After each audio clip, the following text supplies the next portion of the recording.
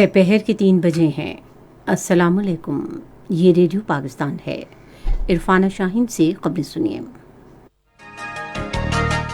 پہلی اہم خبروں کا خلاصہ۔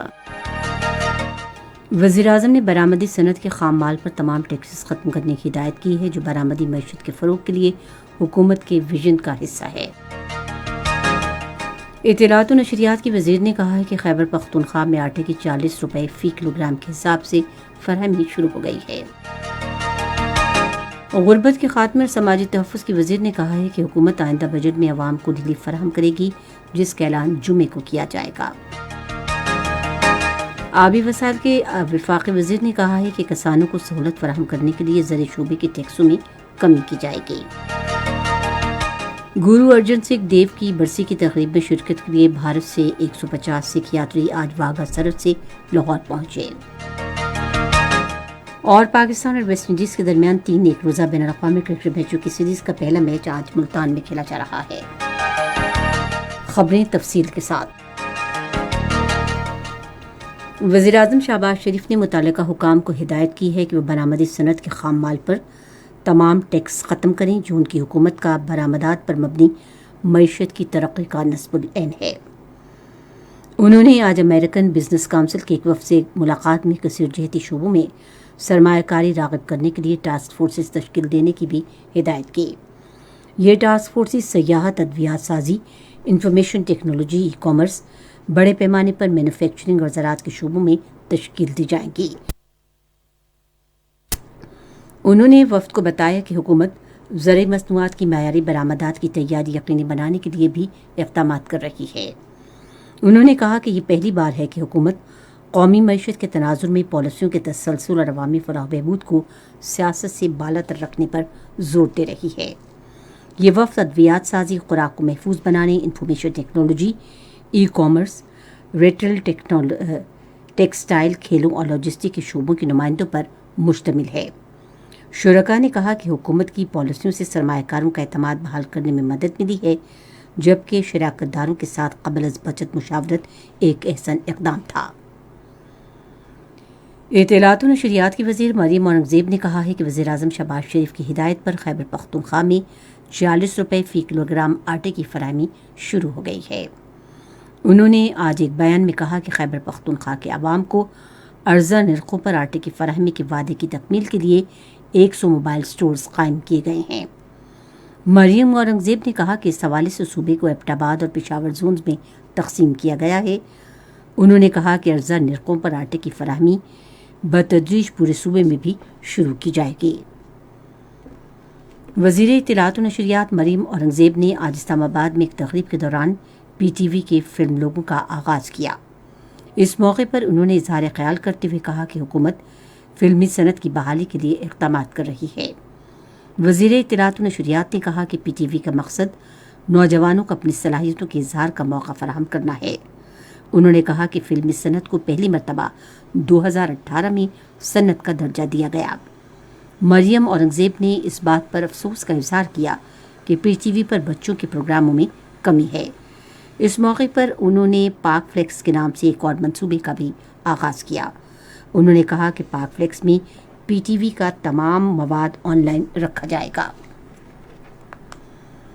غربت کے خاتمے اور سماجی تحفظ کے وزیر شاہزیں میری نے کہا ہے کہ حکومت آئندہ بجٹ میں عوام کو ریلیف دے گی، جس کا اعلان جمعے کو کیا جائے گا۔ انہوں نے آج اسلام آباد میں صحافیوں سے گفتگو کرتے ہوئے کہا کہ بے نظیر انکم سپورٹ پروگرام کے ذریعے عوام کو 28 ارب روپے فراہم کیے جا رہے ہیں۔ انہوں نے کہا کہ غربت کے خاتمے کے لیے بے نظیر انکم سپورٹ پروگرام میں حال ہی میں 60 لاکھ افراد کو شامل کیا گیا ہے۔ انہوں نے کہا کہ ایسے خاندان جن کی ماہانہ آمدن 40,000 روپے سے کم ہے، ان میں سے ہر خاندان کو 2,000 روپے ماہانہ دیے جا رہے ہیں۔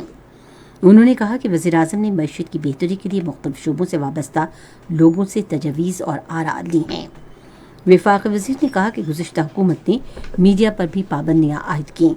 انہوں نے کہا کہ پاکستان تحریک انصاف کی قیادت نے کھوکھلے دعووں کے سوا عوام کی بہتری کے لیے کچھ نہیں کیا۔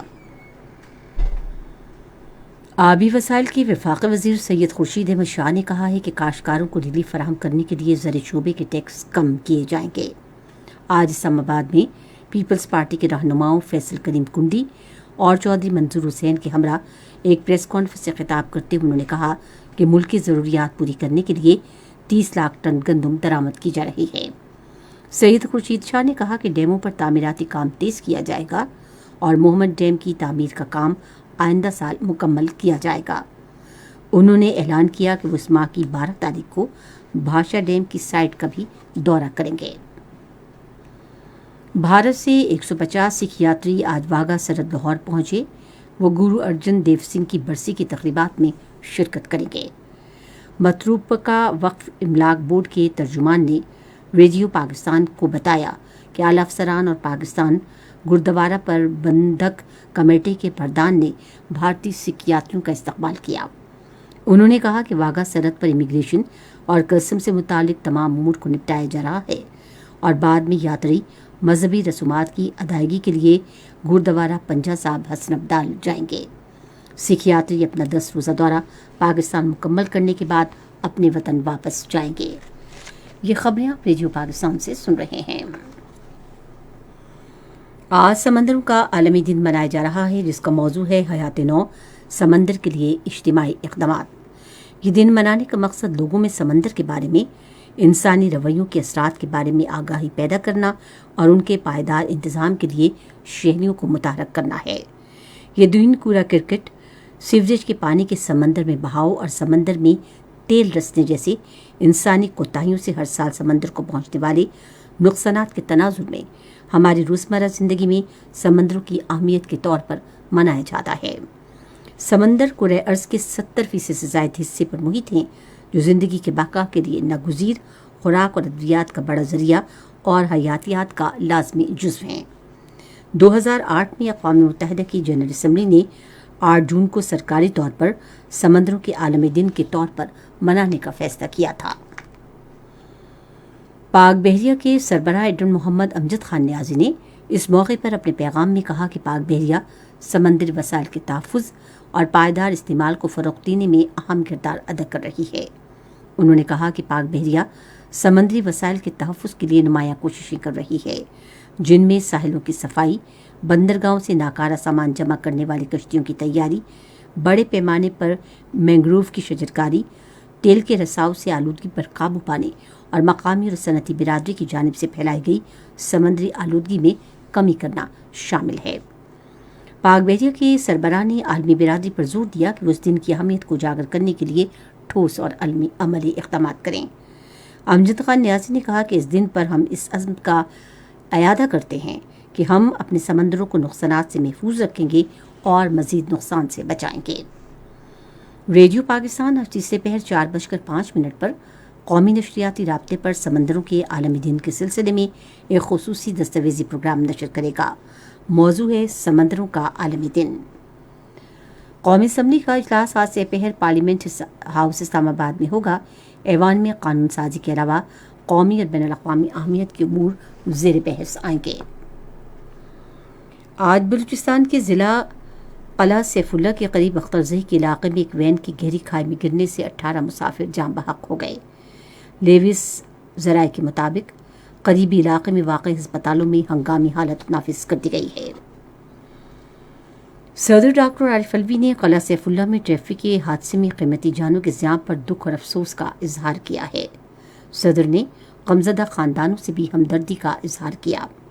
صدر عارف الوی نے مستقبل میں ایسے حادثات سے بچنے کے لیے اقدامات کی ضرورت پر زور دیا۔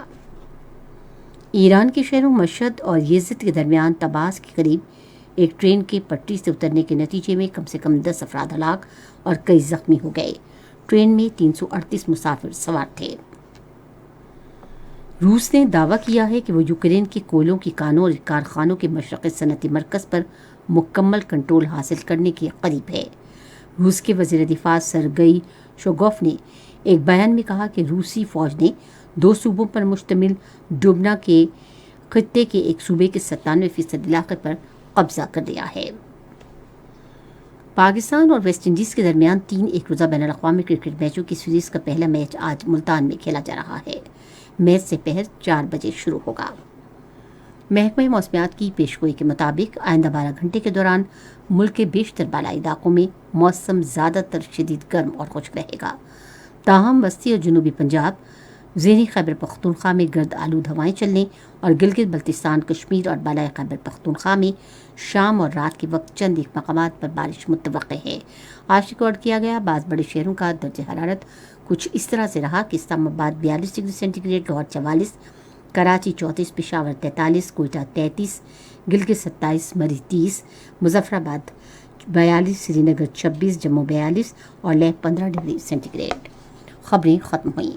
مزید خبروں اور تجزیوں کے لیے ہماری ویب سائٹ ہے radio.gov.pk اور فیس بک کے link radio Pakistan news official پر آپ ہماری ان خبروں کی براہ راست ویڈیو اسٹریمنگ بھی ملاحظہ کر سکتے ہیں۔